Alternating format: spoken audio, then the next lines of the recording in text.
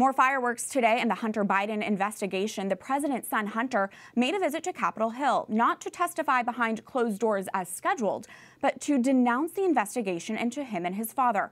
Let's check in with Capitol Hill correspondent Erik Rosales, who has been covering the story for months. Erik?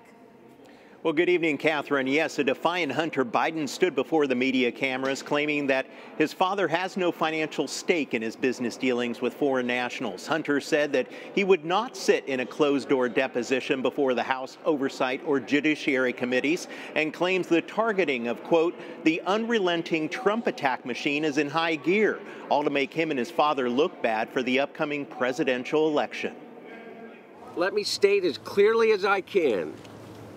My father was not financially involved in my business, not as a practicing lawyer, not as a board member of Burisma, not in my partnership with a Chinese private businessman, not in my investments at home nor abroad. Hunter Biden admitted that he was extremely irresponsible with his finances while suffering from a drug addiction, but added to suggest it's grounds for impeachment is shameless. There's no evidence to support the allegations that my father was financially involved in my business because it did not happen. James Comer, Jim Jordan, Jason Smith, and their colleagues have distorted the facts. Not so, say House Republicans. After watching Hunter Biden's press conference, Congressman Jim Jordan, Judiciary Committee Chair, claims Hunter's story is changing again. He said his father was not financially involved in the business.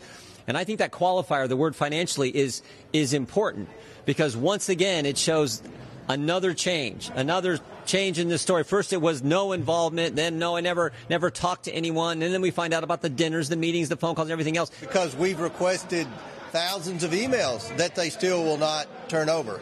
We've requested transcribed interviews with certain White House staff that they've instructed not to come. So the White House continues to obstruct. Democrats were quick to come to the president's defense. So we know what's happening here.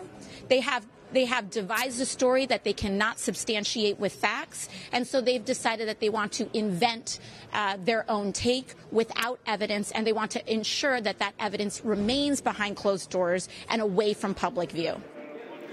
Both Congressmen Jim Jordan and James Comer tell me that with Hunter Biden's refusal to testify, they will, quote, initiate contempt of Congress proceedings. Both lawmakers say that Hunter does not get to dictate the terms of his subpoena.